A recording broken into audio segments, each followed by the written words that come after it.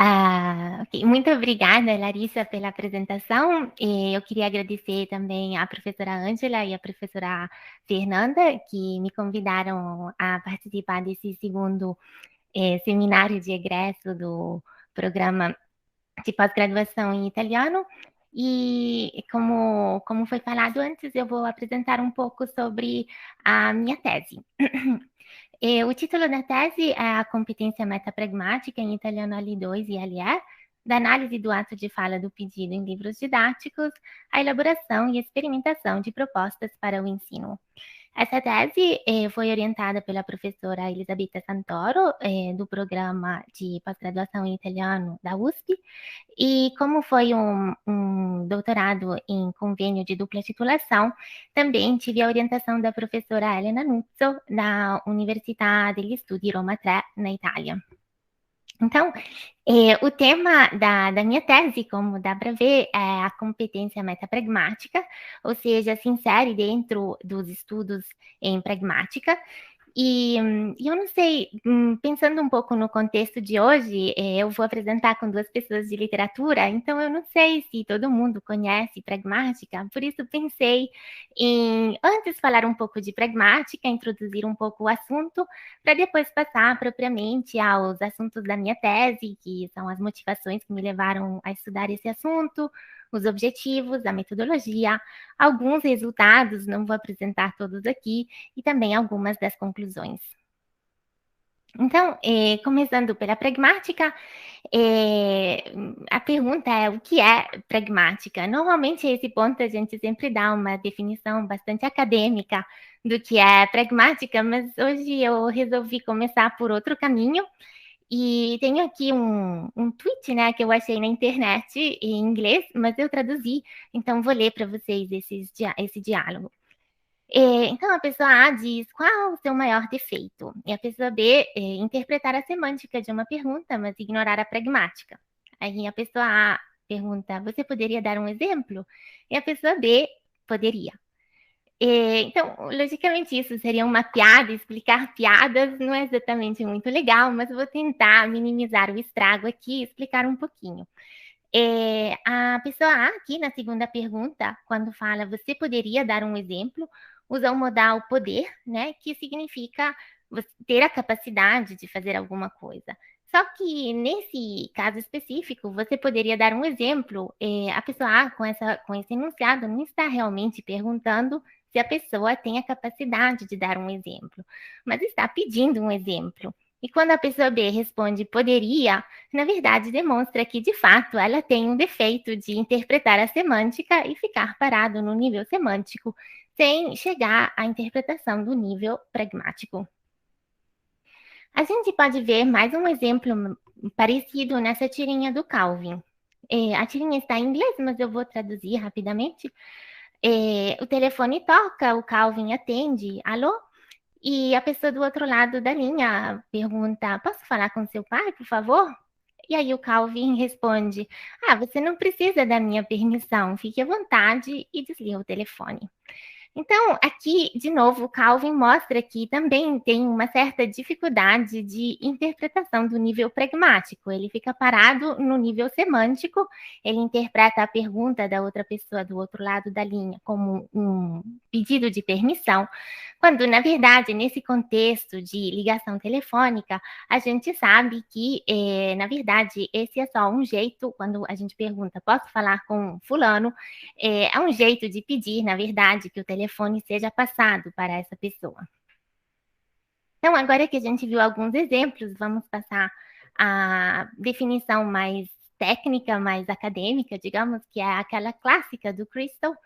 Então, a pragmática é o estudo da língua do ponto de vista dos usuários, especialmente das escolhas que fazem, das restrições que encontram no uso da língua em interações sociais e dos efeitos que seu uso da língua tem sobre os outros participantes na troca comunicativa.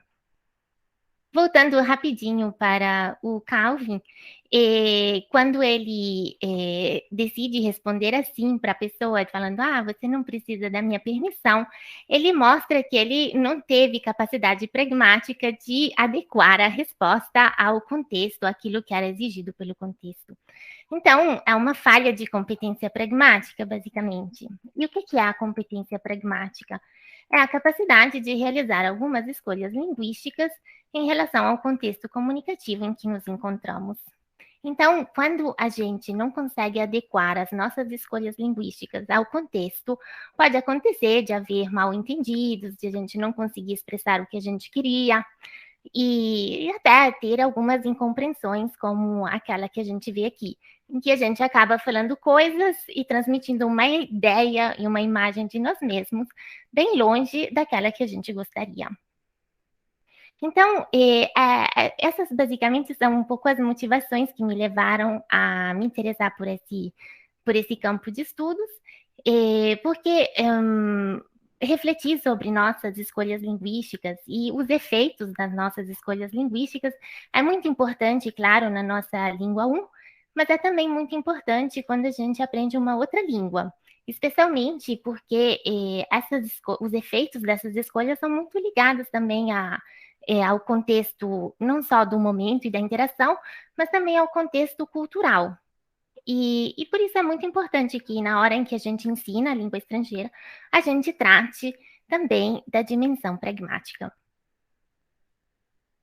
Então, passando propriamente às motivações que me levaram a estudar, a realizar essa tese, em primeiro lugar, é importante considerar que as escolhas linguísticas pragmaticamente inadequadas muitas vezes não são imputadas a uma falta de proficiência dos nossos alunos ou dos aprendizes de uma língua, mas são imputadas a falhas de caráter mesmo, e isso pode levar a preconceito e discriminações. Por isso é muito importante que a pragmática e os aspectos pragmáticos da língua sejam, de fato, tratados dentro da aula de língua estrangeira. Ainda mais que os aspectos pragmáticos já foi comprovado que podem sim ser ensinados, a maioria deles, pelo menos, e que o ensino é mais eficaz do que a simples exposição à língua. No entanto, apesar de já ter sido comprovado que é importante ensinar pragmática, a verdade é que os livros didáticos de língua estrangeira nem sempre contribuem à melhoria da competência metapragmática. E há diversas análises de livros didáticos conduzidos especialmente em outras línguas, como inglês, espanhol, que mostram que normalmente os livros se concentram muito mais na competência linguística e na gramática do que na competência pragmática. A maioria desses estudos, como eu disse, são realizados em outras línguas, como o inglês. Há alguns estudos de Nuzzo sobre o italiano, mas havendo poucos estudos em italiano, isso foi o que me levou à primeira pergunta de pesquisa, ao primeiro objetivo do meu trabalho, que era justamente entender como se caracteriza o insumo pragmalinguístico, sociopragmático, metapragmático, relativo ao ato de fala do pedido nos livros didáticos de italiano como língua estrangeira. Aqui, o insumo está dividido em pragmalinguístico, que é mais ligado à parte linguística, sociopragmática, mais ligado ao contexto, e metapragmática é justamente aquela reflexão entre o contexto, a conexão entre língua e contexto. Bom, a partir dessa primeira análise dos livros didáticos, em que a ideia era identificar se havia lacunas, foram elaboradas algumas atividades didáticas, justamente para realizar uma intervenção didática para o ensino dos pedidos em italiano L2 e LE, e ver se pode contribuir, se pode, em que medida pode, essa intervenção pode contribuir para que os aprendizes adquiram uma maior consciência metapragmática. Por aqui dá para ver que eu tive que fazer um recorte na minha tese, né? Não dava para analisar todos os atos de fala que aparecem em livros didáticos, então eu tive que me concentrar nos pedidos. Então, seria bom, antes de a gente prosseguir, ver um pouco o que são os pedidos, segundo, pela perspectiva da pragmática. Então, em primeiro lugar, são macroatos com os quais o falante tenta fazer com que o ouvinte faça algo. Quando a gente fala em macroatos, na verdade, a gente fala de um ato que pode ser realizado em um turno ou em vários turnos dentro da mesma conversa. E os pedidos são também atos ameaçadores às faces do falante e do ouvinte, porque quando eu faço um pedido para alguém, necessariamente essa pessoa, para atender ao meu pedido, vai ter que abrir mão de alguma coisa, vai ter que abrir a mão do seu espaço, ou do seu tempo, dos seus planos, ou de algum outro recurso. A realização dos pedidos, como a de qualquer outro ato de fala, é influenciada pelo contexto.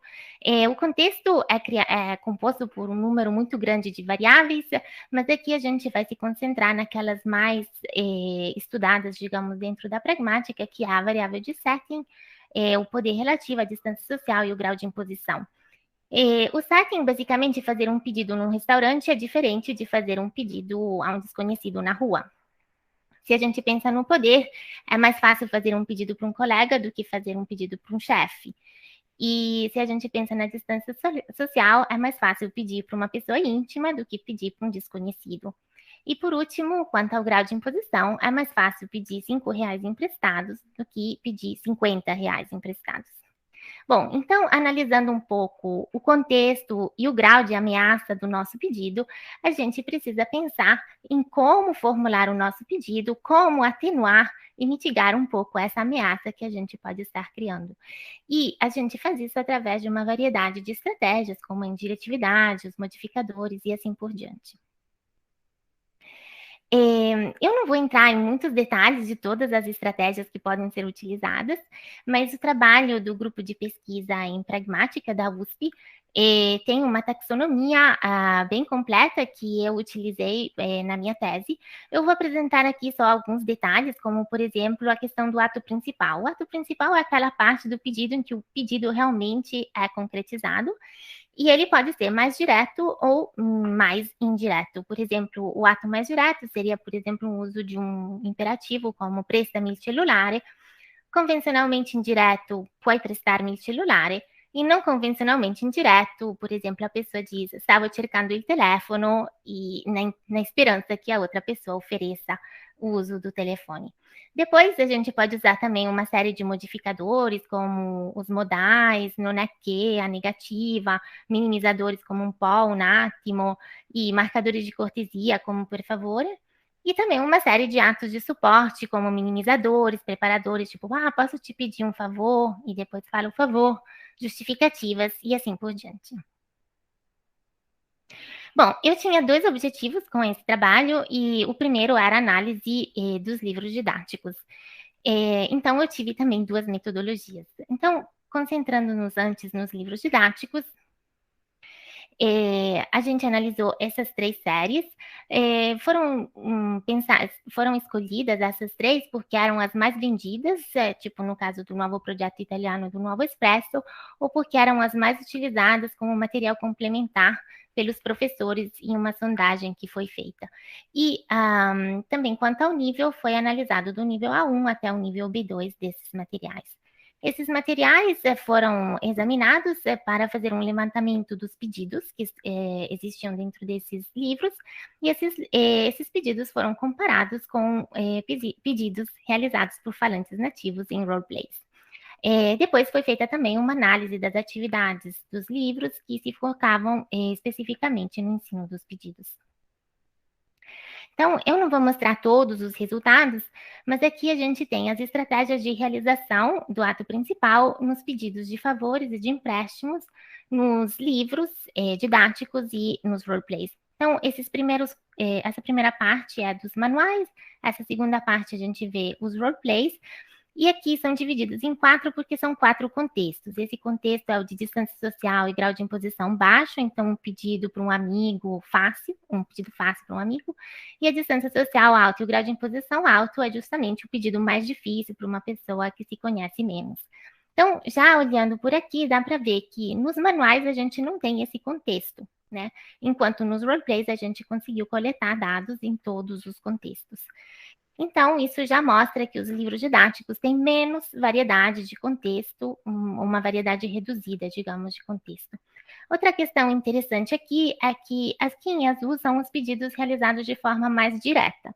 E a gente vê que os pedidos diretos nos manuais são um número maior se comparados com os pedidos diretos que estão nos roleplays.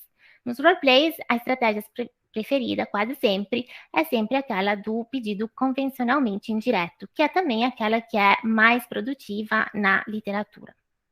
Então, basicamente, algumas lacunas dos livros didáticos foram a pouca variedade de contextos e também a variedade e quantidade reduzida de estratégias de atenuação, que aqui a gente pode ver que, de fato, produzindo um pedido mais direto, provavelmente haverá uma quantidade de estratégias de atenuação menor. Olhando para o material, para o resto do material e das atividades que realmente eram focadas no ensino dos pedidos, a gente vê que muitas vezes essas atividades mostram os pedidos de forma totalmente descontextualizada, como a gente vê aqui, que é qualcosa em modo gentile, não tem um contexto, não se sabe para quem são feitos esses pedidos, e em casos em que tem um mínimo de contexto, de qualquer forma, o foco não é realmente na reflexão sobre, tipo, que diferentes estratégias são utilizadas em diferentes contextos. Então, a partir dessas lacunas dos livros didáticos, a gente passou a elaborar umas sequências didáticas, sempre partindo daqueles roleplays que a gente já tinha analisado. E essa sequência didática foi aplicada em um grupo experimental e depois confrontada com um grupo controle. Esses são os passos da intervenção didática. Então, no primeiro passo, a gente deu para os alunos um questionário sociolinguístico e foi feito um pré-teste com o DCT, que é um Discourse Completion Task. Basicamente, é dada uma situação para os aprendizes e eles têm que escrever o que eles diriam naquela situação. Aí começou a intervenção didática propriamente, utilizando os roleplays, a gente fez atividades de compreensão oral, se focando antes nas variáveis contextuais. Então, os alunos tinham que perceber qual era o contexto em que aconteciam esses pedidos. Depois a gente passou para o noticing dos elementos pragmalinguísticos e de suas funções. Então, através de atividades como de preenchimento de lacunas, em que a atenção dos alunos era direcionada a quais eram as estratégias e os elementos utilizados de atenuação. E, por último, os alunos faziam algumas atividades refletindo sobre a relação entre língua e contexto. A última coisa foi o pós-teste, que era igual ao pré-teste, o mesmo Discourse Completion Task, e depois um questionário retrospectivo para os alunos poderem justificar suas respostas e também dar um feedback sobre as atividades. Os informantes que a gente tinha uma parte foram coletados na Itália, os informantes do CLA, e no Brasil foram coletados no ICIB. Temos um grupo experimental e também grupo controle, divididos, né, em vários níveis, A2 e B1, e a gente vai se concentrar mais nesses dois nos próximos resultados. Então, aqui a gente tem uma tabela com um monte de número. O que essa tabela mostra é a diferença no uso de modificadores e atos de suporte no grupo experimental e no grupo controle, no pré-teste e no pós-teste. Então, o que a gente nota é que estão em alaranjado sempre o grupo experimental e são também os únicos resultados significantes, ou seja, quando houve uma diferença do pré-teste para o pós-teste. Enquanto no grupo controle nunca houve essa diferença entre o pré-teste e o pós-teste. Isso já mostra que a atividade didática, de fato, trouxe algum resultado. E se a gente olhar mais em detalhe, a gente nota também que o deslocamento temporal, ou seja, o uso do condicional e o uso dos verbos modais, que são estratégias normalmente mais usadas, diminuem no grupo experimental e dão espaço a outras estratégias que são menos utilizadas normalmente, e aparecem também menos nos livros didáticos, como a domanda negativa, né, non è che, os duvidadores, per caso, os preparadores e assim por diante. A gente vê isso nesse exemplo. No pré-teste, o aluno escreveu: Vicino, per favore, puoi prendermi in imprestimo un cacciavite per riparare una mensola? E no pós-teste já usa mais estratégia, né? Vicino, scusi di disturbarti, per caso c'è un cacciavite a casa per prestarmi, e depois justificar, devo riparare una mensola, etc. Então, o último passo da atividade da intervenção didática, desculpe, foi o questionário retrospectivo. Nesse questionário, os alunos não só justificaram as próprias respostas ao DCT, mas também foram convidados a falarem as impressões, se eles achavam que era relevante estudar esse tipo de coisas nas aulas de italiano. E esse é o feedback che eles deram. Então, por esempio, esse aluno disse: secondo me è molto rilevante studiare l'uso dei modificatori per adeguare il nostro discorso a ogni contesto. E outra pessoa disse: para passar uma boa impressão nas relações sociais. E outros alunos già do CLA na Itália falaram importantissimo perché quando sto imparando una lingua non è facile sempre fare le giuste parole per la situazione. E o che eu mais gostei foi o último, che penso che è rilevante perché è molto utile nell'uso della lingua. Forse grazie a questo gli italiani saranno più gentili con noi. Bom, então, só algumas conclusões. Os livros didáticos de italiano como língua estrangeira, de fato, apresentam algumas lacunas, como já foi encontrado em livros de outras línguas, e principalmente uma variedade de contextos reduzida e também uma variedade e quantidade reduzida de estratégias de atenuação. E o que a gente notou também foi que, após a intervenção didática com atividades miradas ao desenvolvimento da competência metapragmática, os aprendizes de fato demonstraram uma maior consciência sobre o efeito das próprias escolhas linguísticas. Essas são só algumas das bibliografias básicas e obrigada.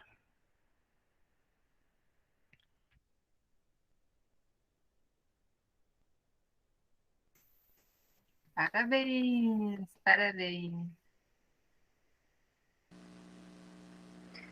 Muito parabéns, Adriana, foi incrível, ótimo.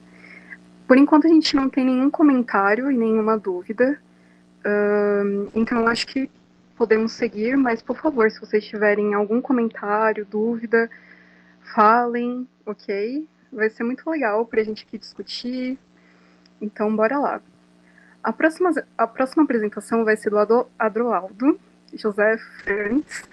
Ele possui graduação em Engenharia da Computação e em Filosofia, fez mestrado em 2015 e doutorado em 2019 em Letras pelo programa e atualmente é arquiteto de sistemas de TI. Ele vai falar um pouco sobre o Ítalo Svevo. Então, começamos agora com literatura. Por favor, Adroaldo. Bom, deixa eu compartilhar aqui com vocês.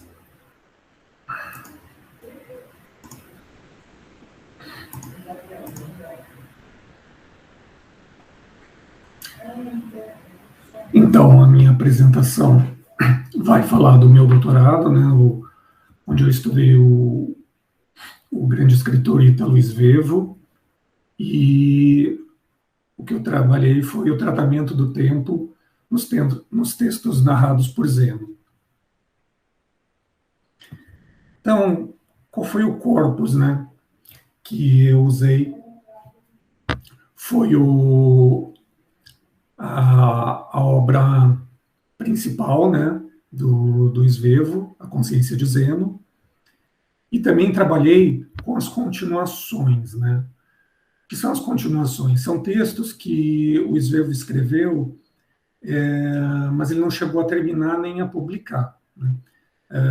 Pelas cartas, a gente, né, consultando as cartas do Svevo, a gente consegue ver que se tratava de um projeto de escrever um novo romance, né, que ele continua a história do Zeno. Então, isso deu origem a 5 textos, né, que são esses que estão elencados aí na apresentação. E, apesar de não estarem completamente terminados, eles estão num estágio bastante final já, pelo você trabalhando, né, todas as relações que são estabelecidas, dá para ver que já estava numa fase bem trabalhada. Agora, é claro, a gente, por exemplo, a gente não sabe a ordem desses textos, né, poderia... eles são apresentados na edição que eu usei, que é a da Mondadori, nessa ordem que estão aqui na apresentação, mas, na verdade, não tem uma indicação da ordem que o Svevo usaria. A gente não sabe se ele não ia escrever mais. e por algumas características textuais é perceptível que eles estariam sujeitos ainda a uma revisão final ainda, né? Tem algumas repetições, alguns traços que se percebe que ainda teria um trabalho de uma revisão final. Bom, e qual foi a motivação, né, o que me levou a trabalhar esse tema, né? Vem do mestrado, né? Meu mestrado, também feito no programa, teve esse título, né? A psicanálise em La consciência de Zeno, contribuições literárias e abordagem questionadora da terapêutica. Então, na minha dissertação, eu faço um capítulo sobre a questão do tempo no romance. E quando eu escrevi esse capítulo, eu percebi que a questão era maior, só que não ia caber, né, trabalhar isso dentro do meu mestrado, até porque eu estava tratando dentro de um outro tema, né? E aí ficou então essa questão, puxa, daria para trabalhar isso melhor, né? E além dessa motivação em si, acho que vale a pena aqui comentar que algo interessante para quem ainda está escolhendo o tema e tudo para fazer a sua pós, né, é que o meu projeto que eu apresentei para o mestrado, ele tinha uma visão, uma concepção de que havia muito mais questionamento da parte do Svevo em relação à psicanálise. Mas como dá para perceber aqui já no título da dissertação, isso foi uma visão que eu alterei muito durante a realização do mestrado, né? Da parte literária propriamente, eu acho que ele se apropria muito, não há grandes questionamentos, o Svevo faz uma grande apropriação artística disso. E quanto à terapêutica, né, ao final das contas, o Zeno passa por um processo clínico, né? Mesmo ali tem muita apropriação nessa parte terapêutica também, mas fica uma parte de questionamento, né? Só que ficou reduzido a isso no final, né? Então teve uma grande transformação aí ao longo da minha própria concepção, ao longo do processo de realização da pós, né? Acho que isso é bem interessante, que a gente começa com um tema, com perguntas, mas a nossa própria visão pode mudar muito durante o processo da realização. E a outra motivação foi em cima da fortuna crítica, né? A fortuna crítica do Svevo, né, é imensa, né? Só que, então, eu acho que esse é outro aspecto importante de destacar, né? Apesar de ser imensa e a fortuna crítica e o próprio tema do tempo aparecer muito, sempre tem lacunas para explorar, né? Você sempre consegue achar um meio, né, de enxergar algo que ainda não foi estudado do jeito que deveria, se basta procurar, né? Se você procurar, ainda mais se tratando de grandes autores como Svevo, é questão de procurar que você vai achar uma lacuna que ainda não foi devidamente explorada na fortuna crítica. E aqui, como eu falei, o tempo ele é muito abordado pela fortuna crítica, mas o que acontece? Ele é abordado como um aspecto secundário, né? Você só vai achar o tempo como o principal, o tema principal do estudo em artigos. Em livros, ele sempre é um aspecto secundário. Então, no meu doutorado, o tempo não foi um aspecto secundário, ele foi a abordagem foi em cima do tempo, né, a partir do tempo, do tratamento do tempo. E o tempo, na fortuna crítica, apesar de ele ser muito tratado, a variação não é muito grande. O tempo ele acaba se concentrando nesses aspectos que eu elenquei aí.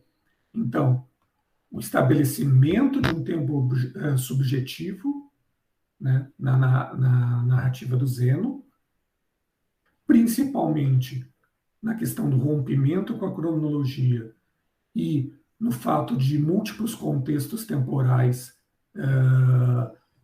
se você encontrar esses múltiplos contextos temporais no mesmo trecho que é escrito, e na recriação do passado conforme a recriação do passado conforme as mudanças do Zeno, né? Ele está narrando, mas ele passou por uma série de mudanças, então ele vai recriando esse passado. E é isso, né? A variação é basicamente essa.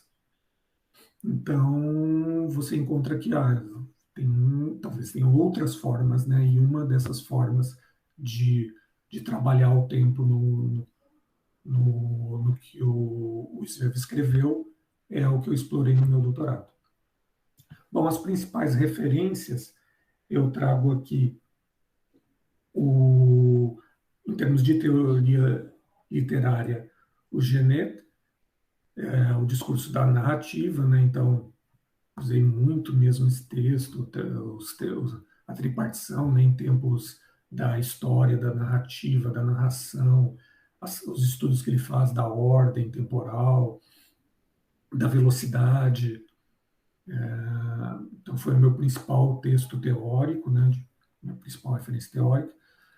Usei um pouco também do Barthes, mas aí aspectos mais pontuais desse texto muito particular, que é o S/Z, a definição que ele traz do código hermenêutico, e na coletânea de textos da análise estrutural da narrativa, eu usei o texto dele, a questão de relação entre essa relação implícita que existe na narrativa entre a causalidade e a sequência narrativa.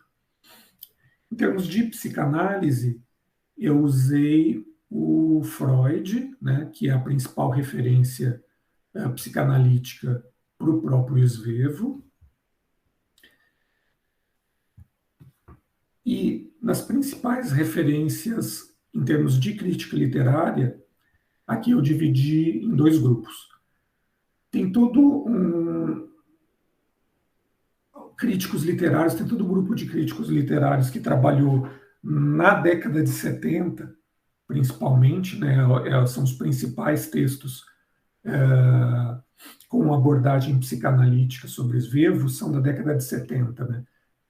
Então, me apoiei muito aqui no Lavagetto, na Teresa de Lauretis, no Eduardo Sacconi. E aqui é um ponto interessante. Todos eles se apoiam principalmente no Lacan e não no Freud. E aqui é um ponto interessante, porque também acho que vale a pena destacar, porque isso dá... Tudo bem, o Lacan é um continuador do Freud, mas ele já faz uma abordagem diferente, né? Ele já está num outro tempo, ele vai já dar uma abordagem mais estruturalista para a psicanálise, e depois mesmo pós-estruturalista. E isso acaba fazendo com que muitos aspectos que ele vai destacar, estudar na psicanálise, se diferenciem do Freud. E esse viés diferente pode dar bastante diferença, né? Então é interessante, eu acho que aqui tem um tema para quem quiser estudar no futuro aí, um possível tema de trabalho, para quem se interessa em estética da recepção, aqui daria um bom trabalho quando você tem teóricos, a sua abordagem sobre o escritor, você vai usar teóricos diferentes, né? Apesar de estar na mesma linha. Então, se você vai estudar, usar uma abordagem psicanalítica para trabalhar o esvevo, se você vai se apoiar principalmente no próprio Freud, que foi aquele contato principal que o próprio esvevo teve, ou se você vai usar o Lacan, por exemplo. E aqui também elenquei outros que foram importantes, apesar de usarem outros tipos de abordagem, né? O Barilli, o Maxiel, o Moloney, o Savelli, que tem um livro bastante interessante sobre a ambiguidade no esvevo, e a Stasi. Bom, o objetivo em si da minha tese de doutorado, então, qual que era, né? Investigar em que medida uma estrutura bem específica de repetição, a noção psicanalítica de compulsão à repetição do recalcado, opera como uma unidade temporal segundo a qual são construídos o protagonista e o narrador, e são elaboradas as principais articulações temporais do nosso corpus. Então, do que se trata aqui, né, só para deixar um pouco mais claro, né, a compulsão à repetição do recalcado é uma repetição involuntária, né, então o sujeito ele não decide praticar aquela repetição, né, ela se dá independente de uma decisão do sujeito. E mais do que isso, ele nem mesmo reconhece que ele está repetindo. Ele nem mesmo tem essa consciência de estar praticando uma repetição. Então, isso traz elementos aqui dessa parte do recalcado, e é uma compulsão, ou seja, o sujeito ele tem uma necessidade de praticar aquilo, né? Praticar essa repetição. Bom, sendo esse o conceito psicanalítico que eu utilizei, o que eu mostro né, o que eu investigo na minha tese é como o esvevo vai se apropriar desse conceito de uma forma muito abrangente, de forma a ter uma série muito, né, uma gama de consequências muito amplas para a estrutura temporal, né, desses textos do corpus, né? Então, que vão desde o protagonista e do narrador, né? Então, eu vou mostrar que tem toda a forma como o protagonista e o narrador são construídos de forma a estabelecer uma série de repetições, se eu não me engano, são 15 séries de repetições que eles vão exercendo ao longo de todo o texto. Sendo que essas repetições elas não se dão isoladas, elas interagem umas com as outras, isso tanto de forma a se reforçarem entre si ou a estabelecerem conflitos entre elas. Devido a esse lado compulsivo, quando o protagonista e o narrador eles não conseguem exercer essa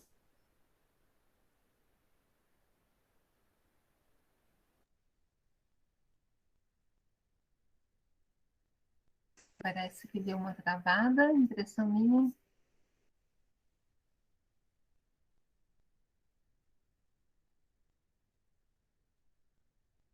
Talvez tenha caído.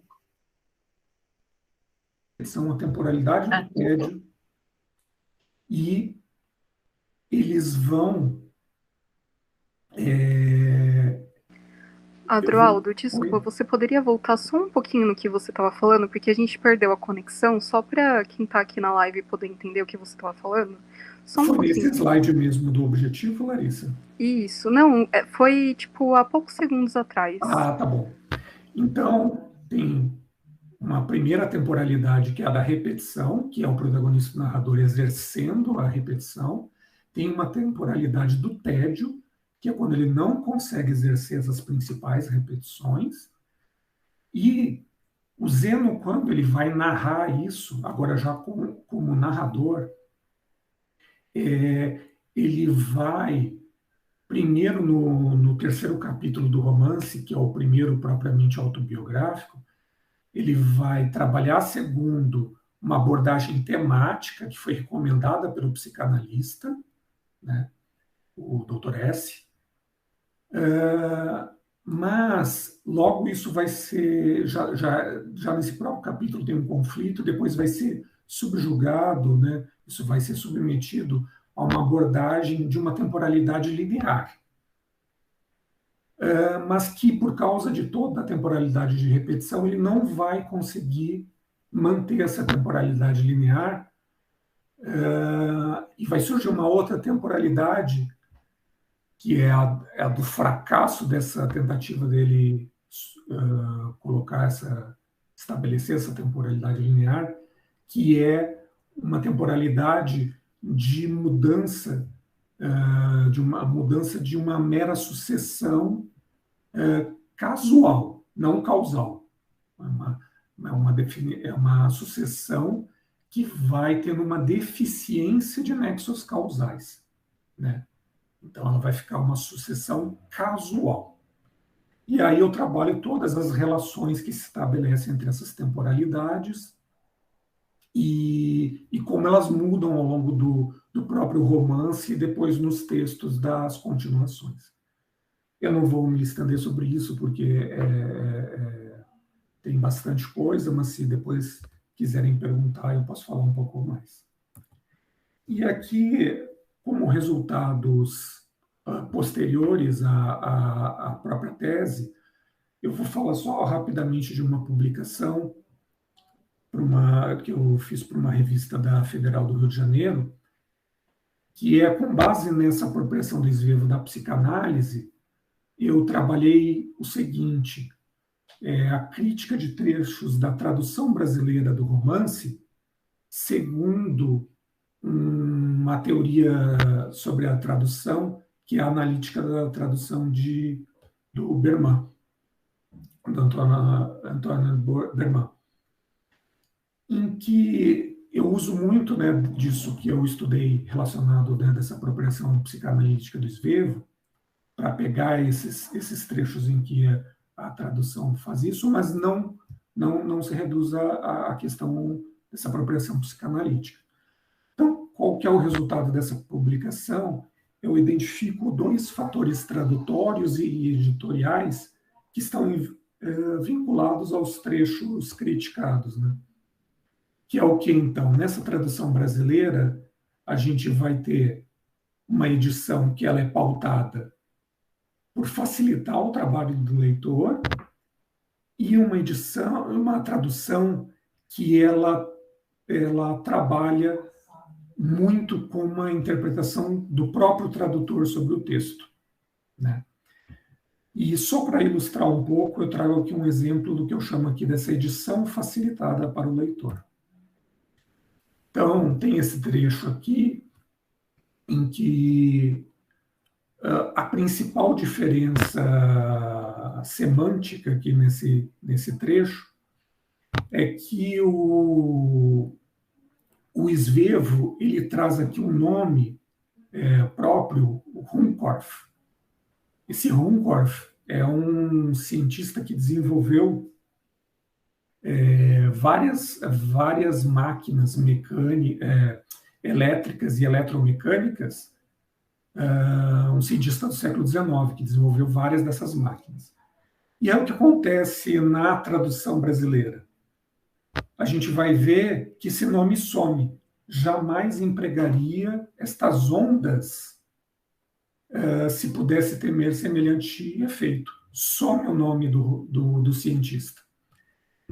E isso, assim, é uma perda total do contexto cientificista, positivista da época do da história do romance, né?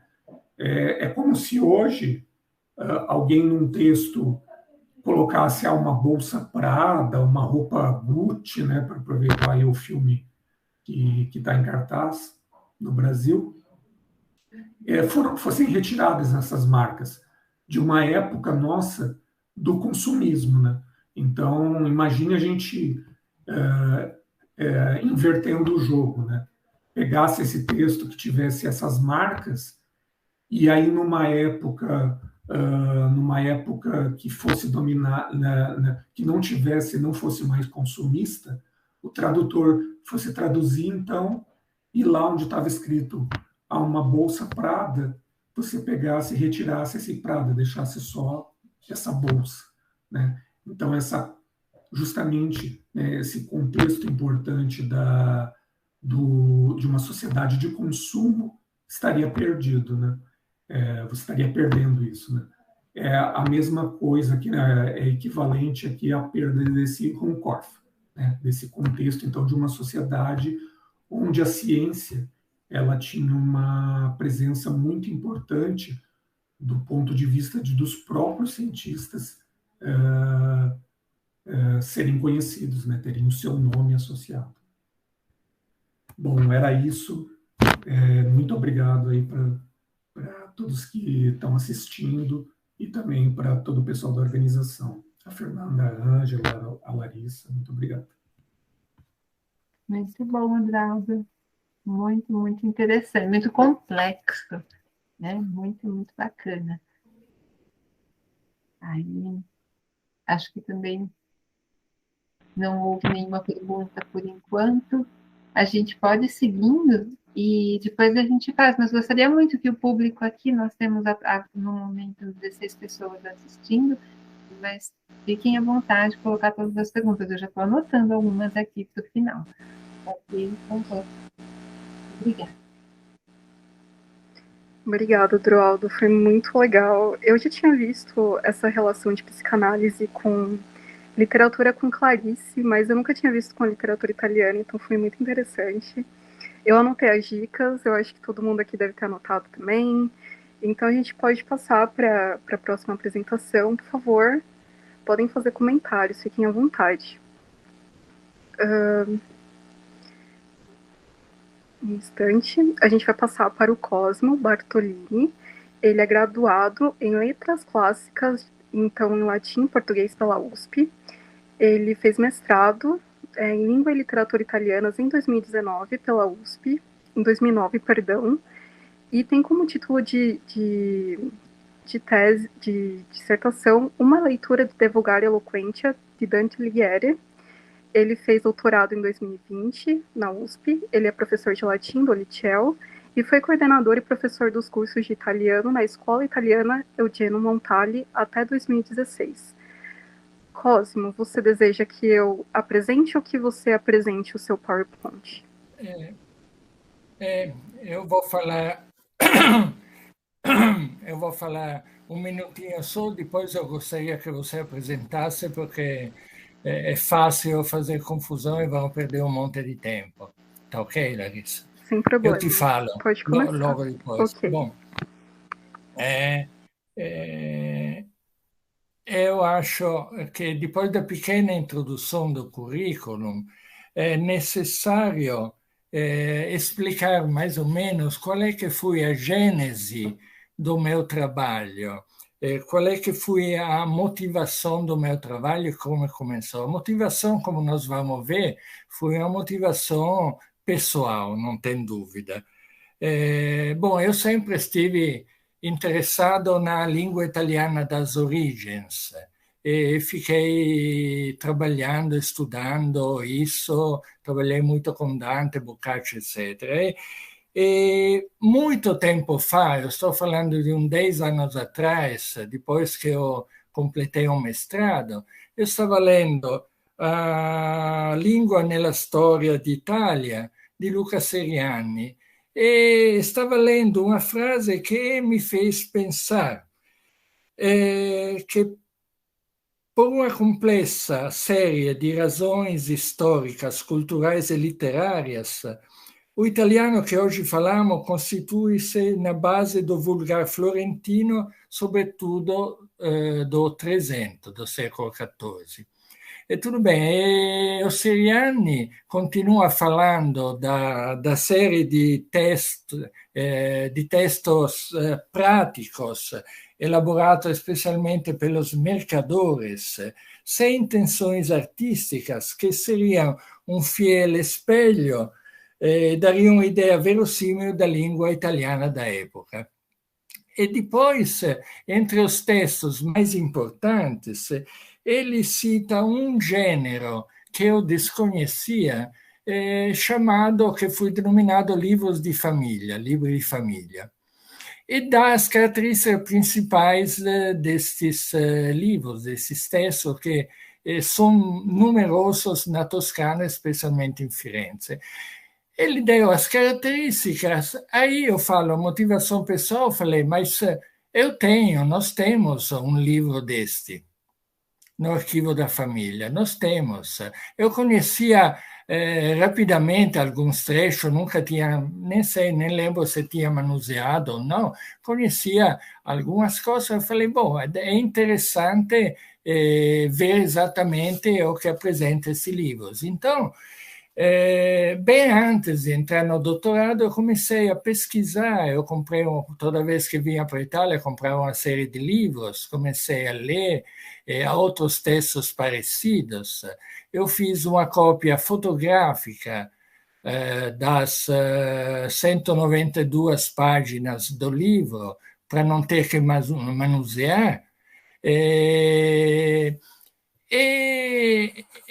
E cheguei à conclusão, depois de um pouco de tempo, que eu não tinha quase nada no Brasil, não tinha bibliografia. Me faltava não só documentação técnica, mas também a experiência teórica, especialmente em filologia. Foi o motivo depois pelo qual, depois entrando no doutorado, que consegui uma bolsa de estudo sandwich de 6 meses na Itália, eu fui para a Itália para aprimorar, pesquisar, estudar, e consegui muito material que não tinha. Então, Larissa, se puder compartilhar para mim, eu vou falar muito rapidamente só de alguns detalhes, algumas características, mas na realidade, depois, eu tenho uma observação final para fazer. Vamos ver se a Larissa consegue ou que eu não consigo.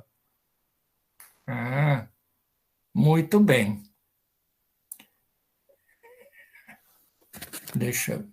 Perfeito.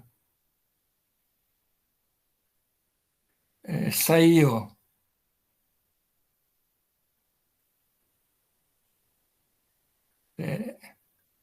O que é que eu tenho que fazer? Só um minutinho, acho que ela está ajustando isso. Perfeito.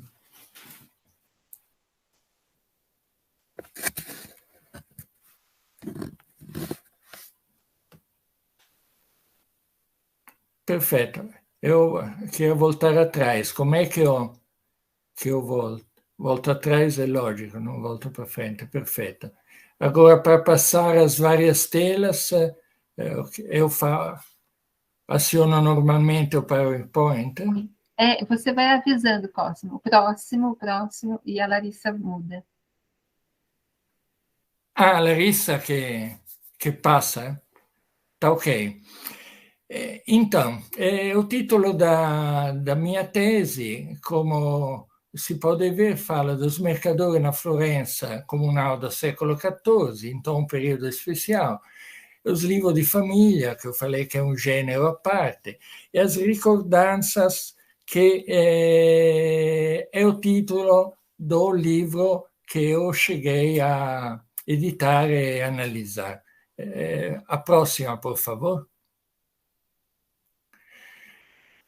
Quais são os objetivos principais? Bom, nós falamos da importância, o Seriani já falou da importância desses livros, mas depois ser de utilidade aos leitores de língua italiana para o estudo de mais textos do gênero, oferecer a possibilidade ao leitor de língua portuguesa de se aproximar, conhecer e entender um gênero de escrita de grande interesse e originalidade, mas pouco conhecido.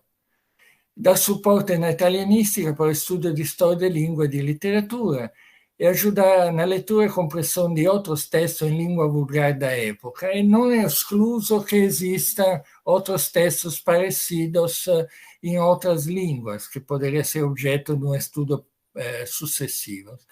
A próxima, por favor.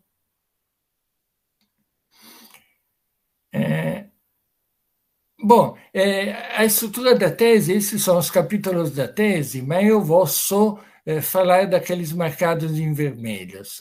Eu vou falar rapidamente dos outros. Logicamente, eu precisei contextualizar a época, a cidade e os mercadores, que era a força principal econômica e política da República Florentina daquela época, organizados em corporações de ofícios, as artes, que poderia ser parecido com os nossos sindicatos atuais, fortíssimos. Os mercadores dominavam, como está falando, a vida econômica e política da cidade. Foram eles que levaram Florença ao que ela se tornou depois na Renascença, etc. Então, os livros de família, um gênero particular. Pode passar, por favor?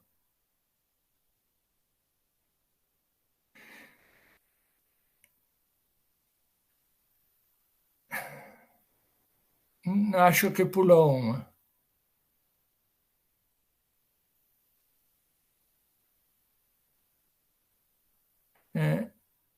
Bom, vamos ver, não sei se... Não, essa é a segunda parte, desculpe, a segunda parte do trabalho. Pode voltar nessa segunda parte, por favor, se conseguir?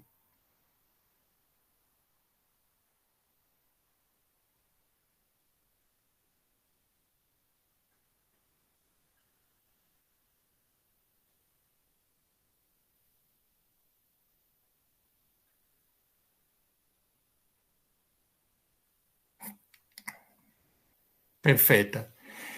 Então, no segundo capítulo, no primeiro,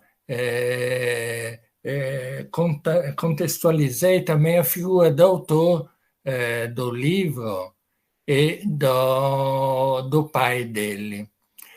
No segundo capítulo, eu fiz uma tradução parcial de 40 páginas do livro para facilitar a leitura no Brasil. Para facilitar a leitura do resto do livro, eu fiz um glossário linguístico histórico de todas as palavras que achei que seria difícil para um falante de língua portuguesa entender. É uma bibliografia bastante completa. Depois, pode passar para a próxima, por favor?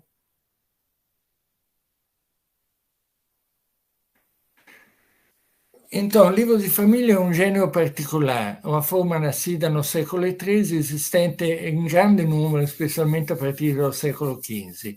São livros de recordações nos quais os diversos chefes de família, no curso de várias gerações, anotavam os acontecimentos de interesse familiar, nascimento, batismo, casamento, morte e os mais importantes fatos financeiros. De origem extraliterária, esse gênero textual deve ser distinguido da historiografia menor, da memorialística, da autobiografia. Escrita diarística de tipo plural, a memória transmitida não é individual, mas familiar, coletiva, enquanto fruto de sucessão diacrônica de diversos autores. O próximo, por favor.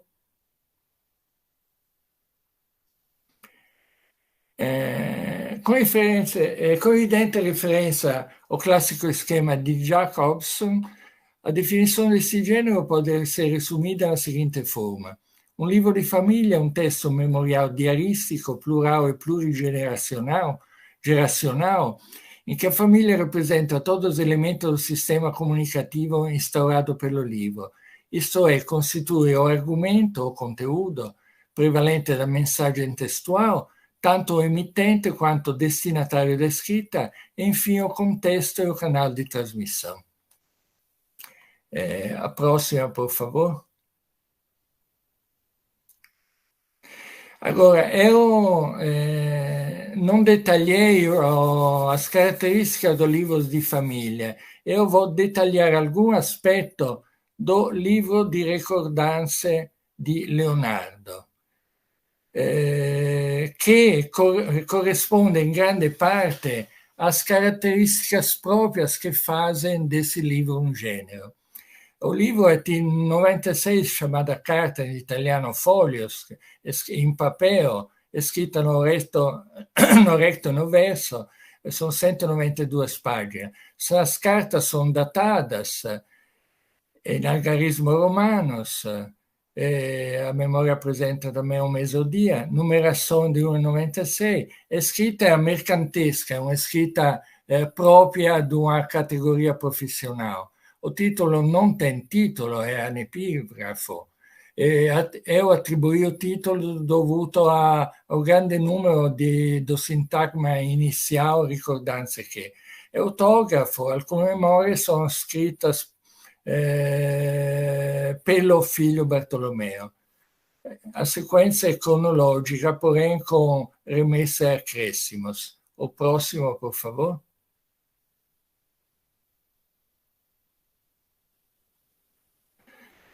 Apresenta elementos formais, linguísticos e estilísticos comuns aos outros livros de família e permite a sua definição no gênero. É um exemplar único, não é destinado a ser reproduzido. Era conservado em segredo no mesmo lugar de sua produção, fechado em lugar reservado e protegido na casa da família, onde podia ser consultato, mas somente pela família. E o Leonardo fala: io l'ho nel mio cassone e non volevo che gli arbitri avessimo a sapere questo nei fatti nostri. O livro, então, é conservado na casa de família. E aí continua. E agora não dá para mostrar, porque não dá, mas depois eu vou mostrar. Este livro está aqui comigo. De fato, depois de 700 anos, continua no mesmo local, não fisicamente, logicamente, que as residências mudaram muito, mas não sei se dá para ver. Este é o livro. Este é o livro aberto. Sim, dá para ver sim, que legal. É o livro aberto, não dá para mostrar, para falar mais, vamos falar rapidamente porque temos pouco tempo. Eu estou aqui naquele que é o arquivo, onde esse livro foi conservado até hoje. Depois tem outras características, mas pode passar para a próxima, por favor. É uma escrita de ordem prática, utilitária e documental. E não possui a veste estilística que requer os textos destinados a ser apresentado ao público e acolhido no sistema literário. Faltam pretensões literárias do livro em objeto, escrito evidentemente, salvo algumas páginas, corrente calamo, assim, sem fazer um rascunho. Isso que é importante, que não se trata de um eu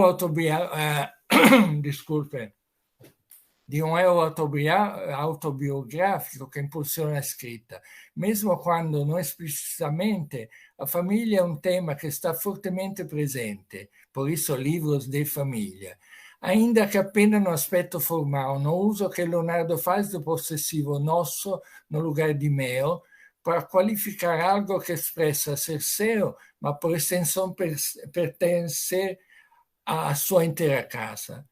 cominceremo da poi in qua che Bartolino, nosso pai, morì. Os camponeses que trabalham para ele no nosso poder são os nossos laboratórios. Eu esqueci de falar, para apresentar melhor o livro, que o livro começou a ser escrito no 1348, quando o pai de Leonardo morreu. Leonardo tomou as rédeas do grupo familiar, além de ser mercador, político, era pai de família. O pai Bartolino vinha provavelmente di Siena, daí vem Leonardo di Bartolino, ou depois Bartolini. Pode passar, por favor. Agora, qual é a conclusão? Deixamos de lado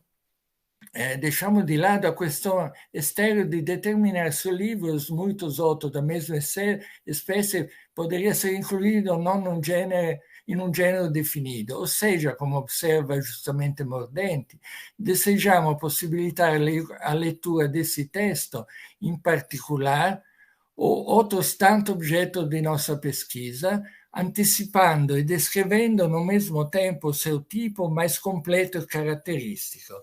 Não vamos falar se é literatura ou não, mas, seguindo uma hipótese em parte diferente, em sentido diacrônico, à luz de outras correntes da crítica moderna, se entendermos o livro não como discurso de consumo, mas sim como um discurso de reuso, ou seja, um ato de reapropriação, em que o mesmo objeto é submetido às modalidades de fruição mais diversas, através das circunstâncias que mudam, notamos como esse conceito poderia aplicar-se ao nosso livro, aos nossos livros.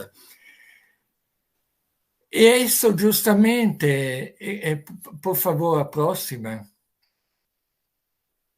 Eu justamente o queria falar.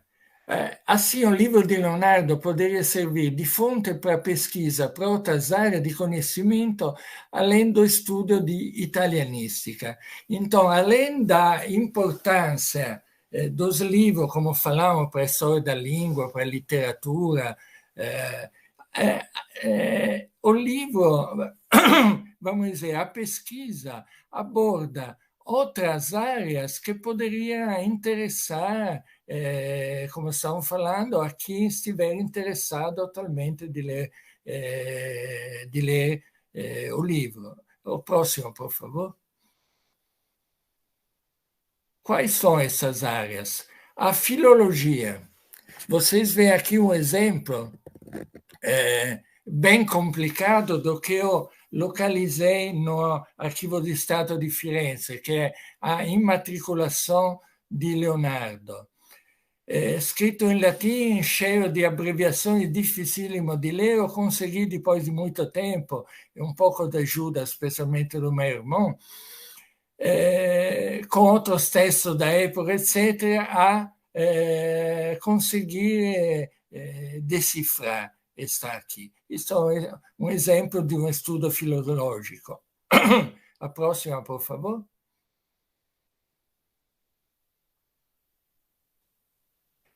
O estudo das filigranas ou das marcas de água.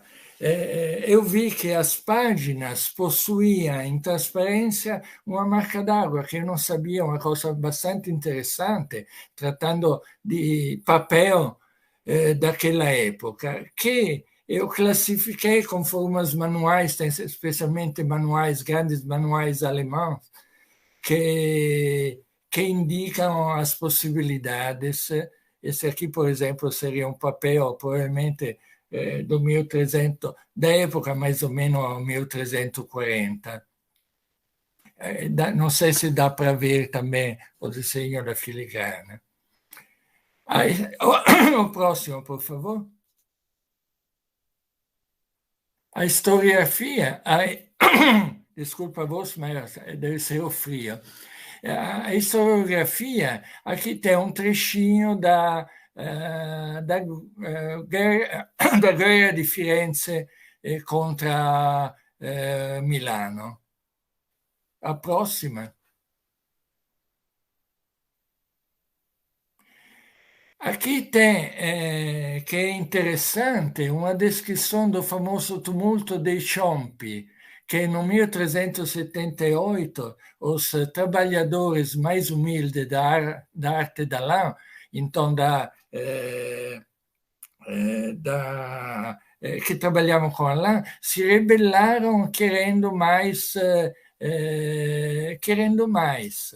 E é considerato um dos primeiros, se não o primeiro, motim, vamos dizer, de reivindicações surgidas de trabalhadores de baixo nível, praticamente uma greve. O próximo. A economia, é claro, é um livro de contas, especialmente. Então, nós temos aqui alguns exemplos que poderiam nos levar, que depois levaram ao que é chamado em contabilidade a partita dobrada, a partita doppia. Vedete, dare e avere. Tá, ok? Além disso, tem outros fatores, nós vimos no congresso, poucas semanas atrás, as características do surgimento de um aspecto particular da língua da economia. O próximo.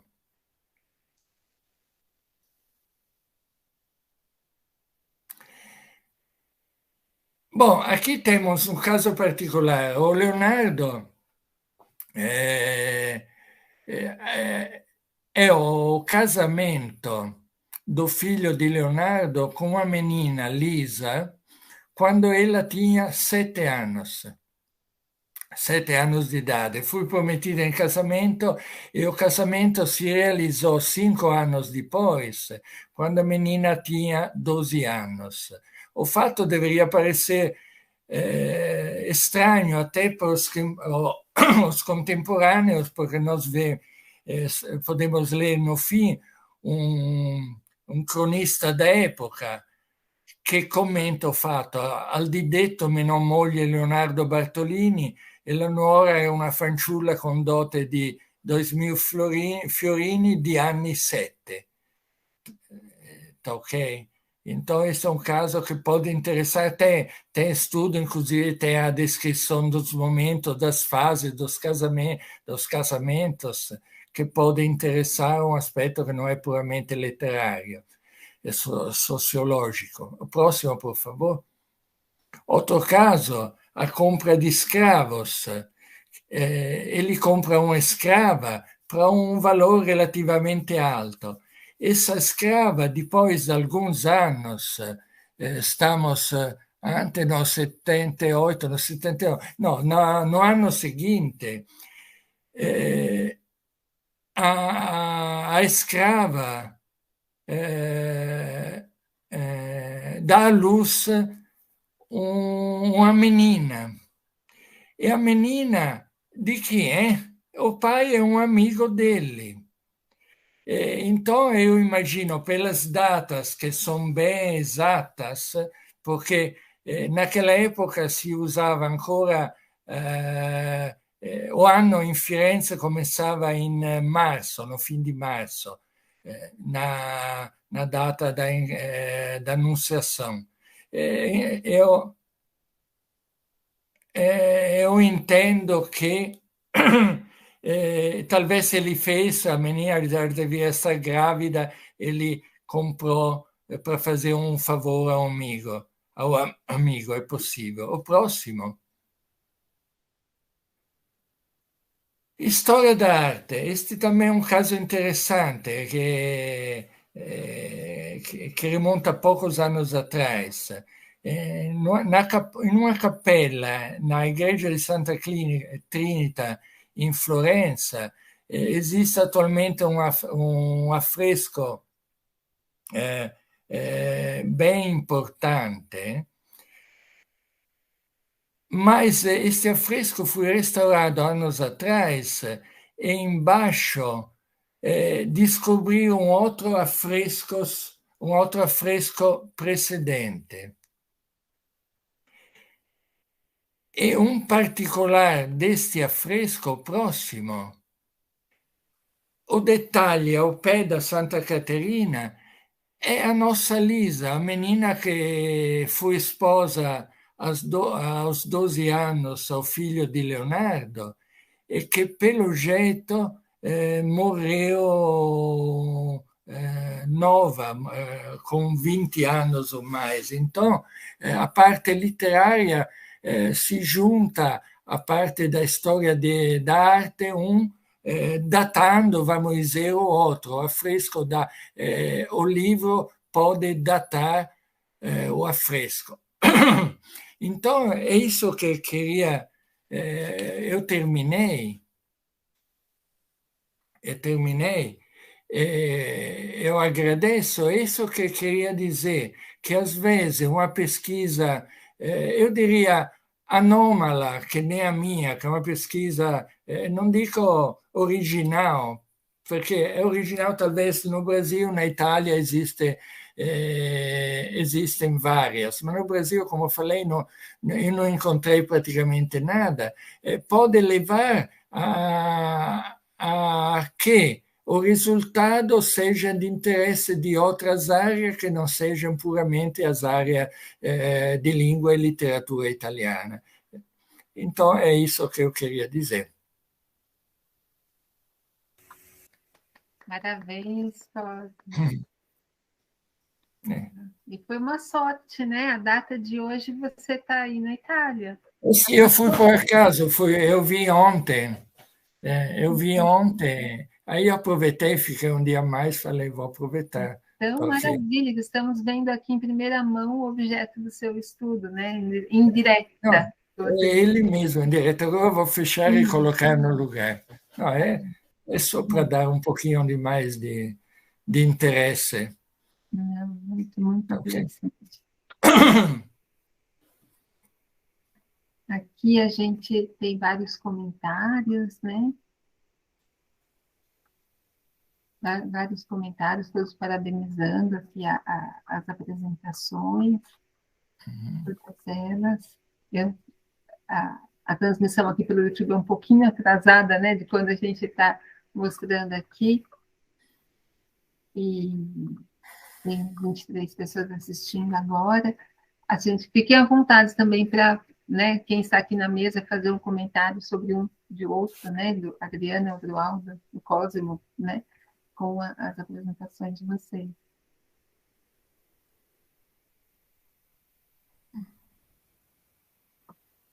Foram bem exaurientes as duas. Apesar de ser assuntos que eu estou um pouco por fora, mas eu consegui. Maravilhosas as apresentações, parabéns aos três.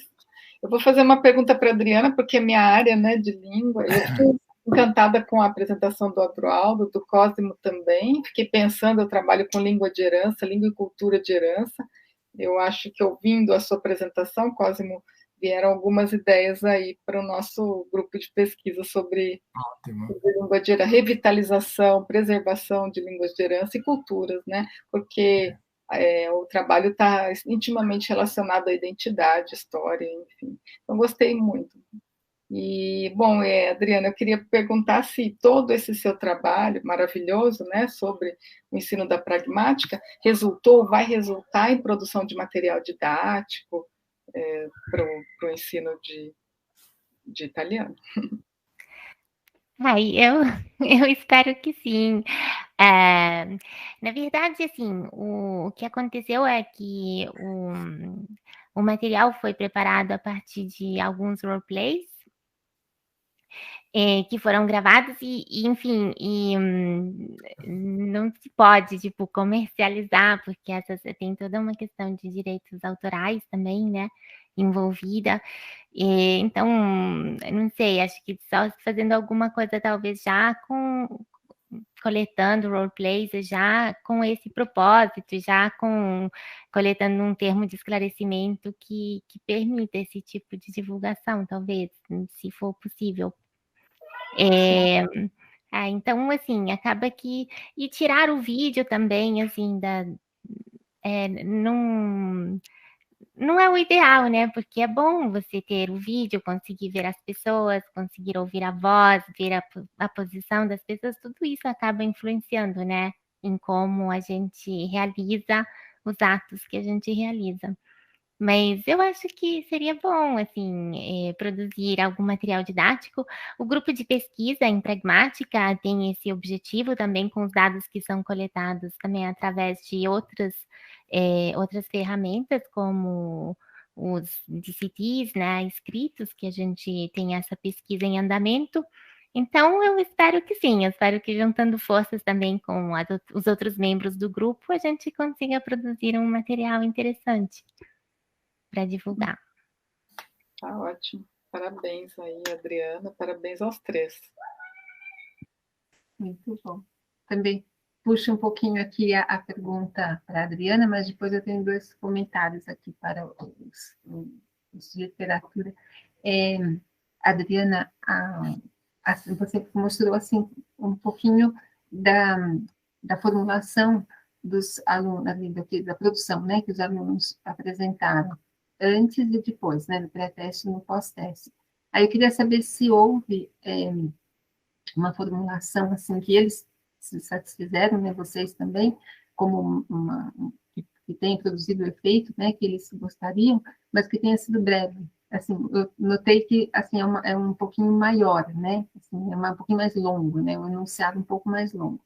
E se tem essa possibilidade de ser, né, fazer esse pedido com esse efeito, né, com aquilo que se espera, mas sendo também curto. Então, acho que isso é um pouco um problema da metodologia, talvez, utilizada também para intervenção didática, porque o nosso objetivo, basicamente a ideia era que os livros didáticos acabam ensinando poucos recursos, e existem muitos mais recursos que podem ser utilizados para realizar um pedido, por exemplo. E então a minha intervenção didática, as atividades miraram muito a tentar expandir o leque dos alunos e tentar fazer com que eles não ficassem sempre no verbo poder e no per favore, e tentar ampliar um pouco esse repertório. E eu acho que o que acontece é que quando você apresenta muitas opções, acaba que, inevitavelmente, as pessoas vão começar a querer colocar tudo que você ensinou. Isso não aconteceu, tipo, mesmo tendo essa tendência a querer colocar mais coisas, eu acho que ainda assim deu para notar que eles perceberam que, dependendo do contexto, algumas coisas cabiam e outras não. E eu não consegui mostrar aqui, até por questões de tempo, mas eles justificavam bem, assim. Tipo, tinha pedidos até em situações de transações, tipo, não sei, numa loja ou coisas desse tipo. E eles justificavam, não, aqui não precisa colocar mais coisas, porque é uma transação fácil, normal, tem que ser rápida, enquanto fazer um pedido um pouco mais complicado para uma pessoa com quem não se tem muita intimidade, aí eles mesmos colocaram assim, eu coloquei esse tipo de preparador, assim, porque precisa preparar o terreno. Foi interessante ver que, assim, a atividade foi muito curta, eu até não mencionei na apresentação, mas foi somente uma aula, né? Então, assim, é uma aula de 2 horas. Mas, mas foi uma intervenção muito curta para esperar muitos resultados, então a ideia era justamente tentar sensibilizar a essas questões, e eu acho que isso realmente funcionou. Outra questão é também que eles fizeram todos esses pedidos escritos, então tiveram tempo de pensar, etc. Então seria interessante também ver como aconteceria uma produção mais online, né, no momento. Eu acho que para isso talvez uma intervenção maior seria necessária, né, do que aquela que eu fiz. Muito legal, mas já é assim, né? Você já tem muitos resultados, né? Já tem bastante coisa para, né, dar uma continuidade aqui. Aí até convido a Adriana, se você tiver o link de suas, né, de artigo, de coisas que você já tenha, né, já produzido a respeito da sua tese aqui, você pode colocar aqui no nosso chat, né, a gente reproduz lá, ou você pode colocar direto lá no chat do canal do YouTube, porque agora sim a gente, né, tem essa prática de ver, ouvir, mas depois para a gente se debruçar sobre a pesquisa mesmo é bacana, né? Já tem a referência escrita, então eu coloquei lá no chat também, né, os links das teses de vocês. Aí o que eu queria comentar sobre muito obrigada, Adriana, do trabalho do Adroaldo e do Cosmo, que as duas, assim, totalmente diferentes, mas tem um ponto ali em comum que me chamou a atenção, que é em comum, inclusive, com o nosso momento atual, né, que é a questão do tempo. Então, a gente, nesse momento, né, que a gente está vivendo com pandemia e essa coisa meio um tempo parado e tal, o Adroaldo trabalhou, né, foi um dos objetivos dele ali, foi o objetivo, né, trabalhar com a temporalidade da narração. E o autor, né, o Ítalo Svevo, com pseudônimo, né, ele nasceu em 1861 e morreu em 1928. Então, de uma certa forma, ele está ali quase contemporâneo a esse momento que a gente está vivendo agora, essa virada de século, né? Ele viveu essa virada de século ainda com uma Primeira Guerra Mundial no início, e do Cosmo, nossa, né? Os 700 anos aí sendo comemorado, 700 anos de Dante Alighieri, a gente mergulhou aí na Idade Média, e ao mesmo tempo, já assim, há alguns anos que falam que estamos vivendo a Idade Média, né? Assim, um momento, né, nesse século XXI, mas com muitas características da Idade Média.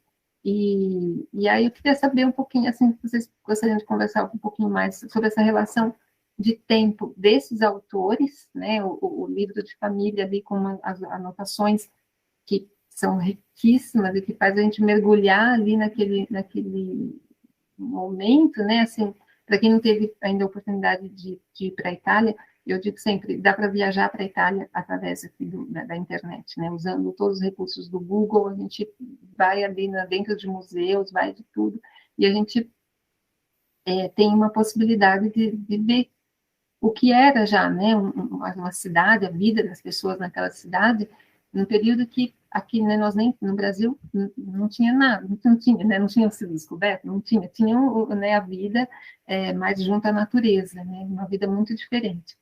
E então essa relação de tempo com a literatura, que a gente, né, tem a literatura através das letras, né, através da língua, e tudo aquilo que ela transmite, ao mesmo tempo, a vida que a gente está vivendo agora, nesse momento, com um tempo assim, né, meio virtual, né, que a gente não para, né, para pensar assim, o que vocês poderiam comentar a respeito disso.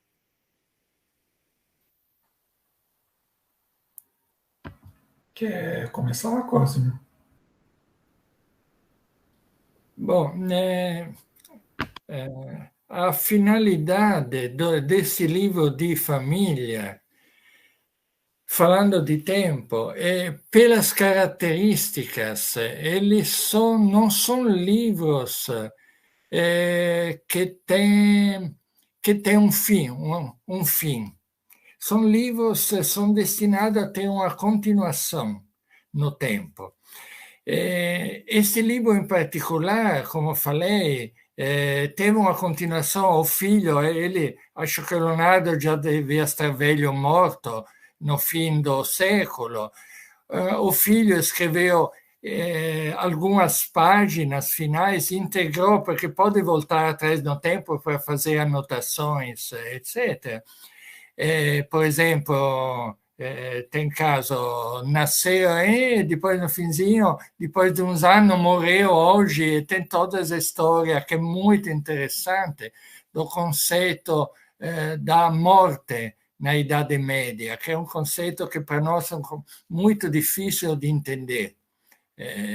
O Leonardo teve 19 filhos, e quando ele morreu, praticamente, acho que só estavam vivos 5 ou 6. Então, é um conceito de morte que para nós agora está numa pandemia, a gente espera nunca chegar nesse nível. Mas lá existia a pandemia, a peste que era ricorrente, era endêmica, era uma pandemia, é o que nós estamos vivendo. Muitos outros pessoas importantes da época morreram, ou na mesma época. Então, são livros que são destinados a ter uma continuação.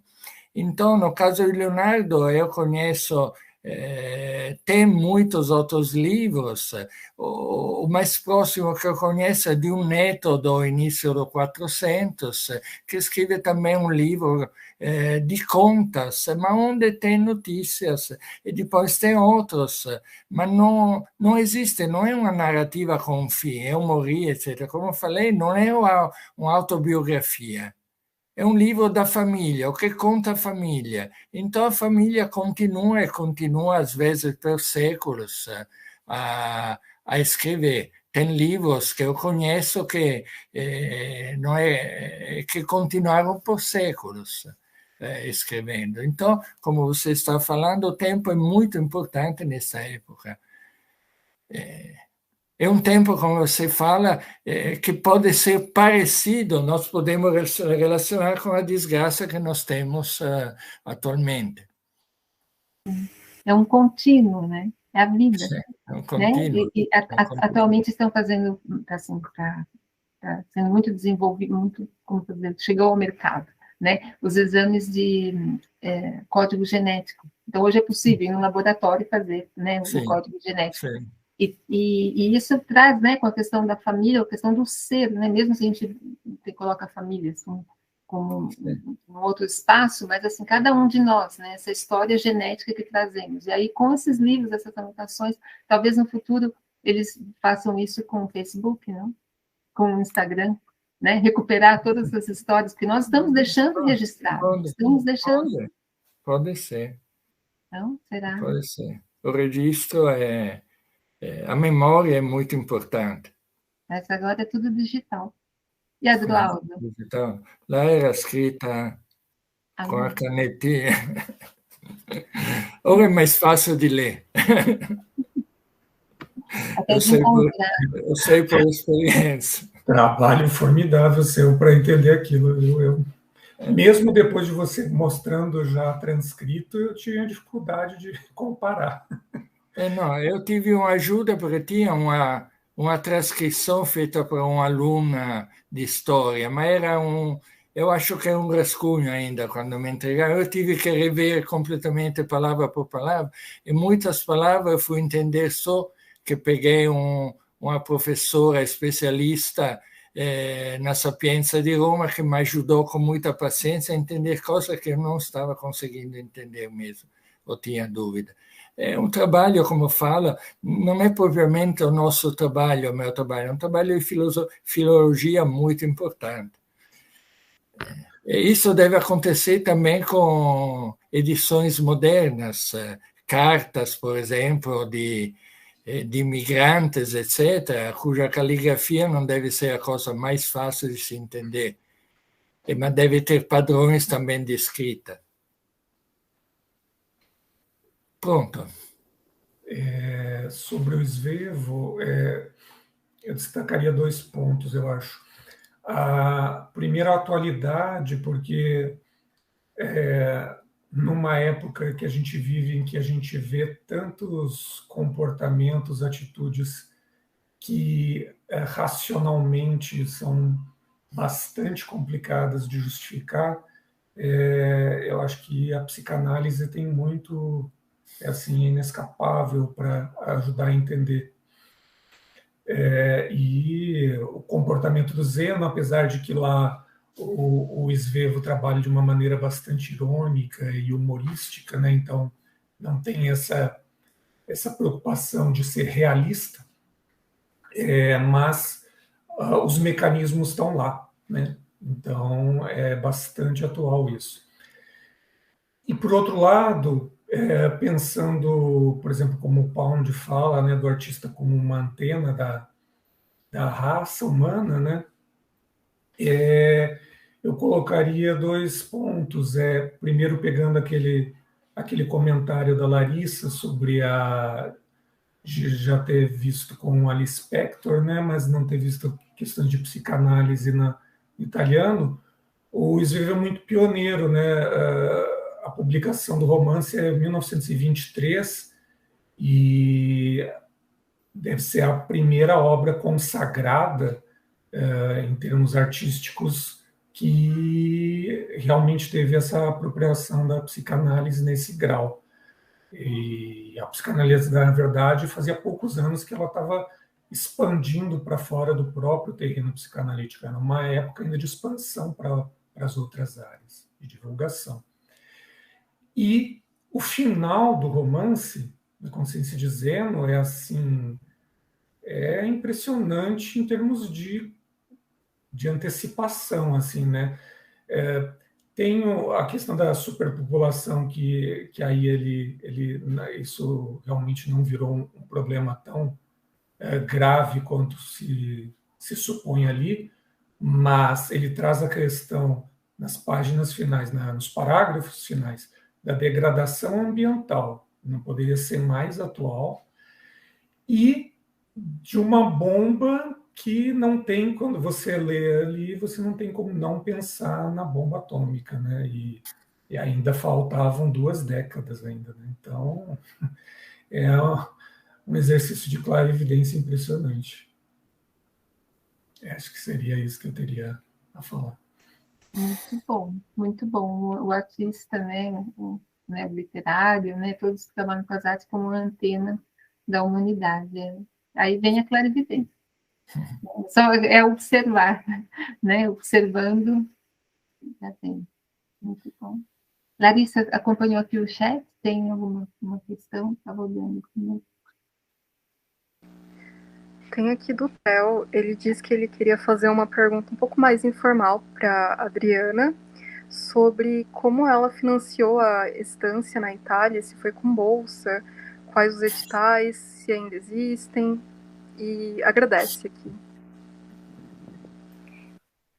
Então, na verdade, é até interessante, porque eu e o Cosimo fomos os 2 contemplados junto com a Manuela, né? Na época, e nós 3 fomos com a bolsa de doutorado sanduíche da CAPES. Sim. Que naquela época existia. Agora acho que mudou para a Bolsa Print, mas eu não saberia dar mais detalhes, porque eu sei que com essa pandemia teve uns momentos que foi cancelado, depois abriram, depois cancelaram.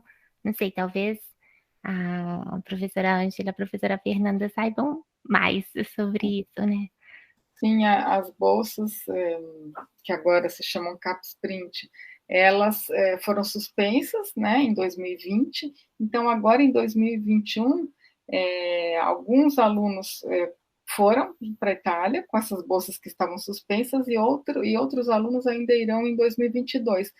Por isso, novos editais ainda não foram divulgados e a gente não sabe quando, porque tem alunos que já têm direito à bolsa de editais passados e que ainda não foram para a Itália, mas a gente espera que sejam retomados. A gente espera que sejam retomados os editais em 2022, temos esperança, né? Então. Vamos torcer, né? Sim. Aí a gente, acho que pode ir encerrando, né? Fica o convite para o próximo ano, então, né, para todos os formados, né, os egressos aqui do nosso programa. E esperamos, né, Fernanda, que próximo ano a gente consiga fazer o encontro de pós-graduandos, né, que são os atuais pós-graduandos, de forma presencial ou aqui remota. A gente vai tentar todas as formas. E agradecemos muito aqui ao Miralda, a Larissa, né, a todos que participaram. Fernanda, estaria com alguma coisa? A gente termina aqui, então, agradecendo a todos e espero, sim, que a gente se encontre presencialmente em breve, antes de dezembro do ano que vem, que vai ser durante que teremos a terceira edição desse evento. Espero que a gente se encontre antes, inclusive os egressos, né, que possam estar conosco aí na USP em breve, em 2022. Em dezembro a gente pode repetir, mas assim, ao longo do ano, como eu disse, se puder fazer, né, alguém gostaria de fazer, a gente combina, a gente pode ter várias edições do SEGLE ao longo do ano.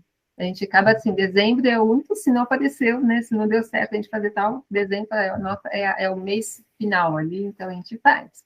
Mas se a gente puder fazer antes também, seria muito bom. Eu tenho certeza que as apresentações trouxeram motivação para os alunos e alunas do programa.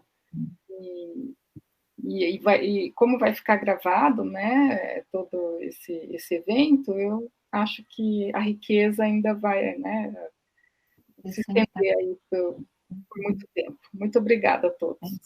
E Feliz Natal, né? Bom Natal, gente. Para vocês também. Para vocês também. Feliz 2022 para todos. Obrigado a vocês ainda. Muito obrigada pela oportunidade. Obrigado. Muito obrigado. Tchau, tchau. Tchau.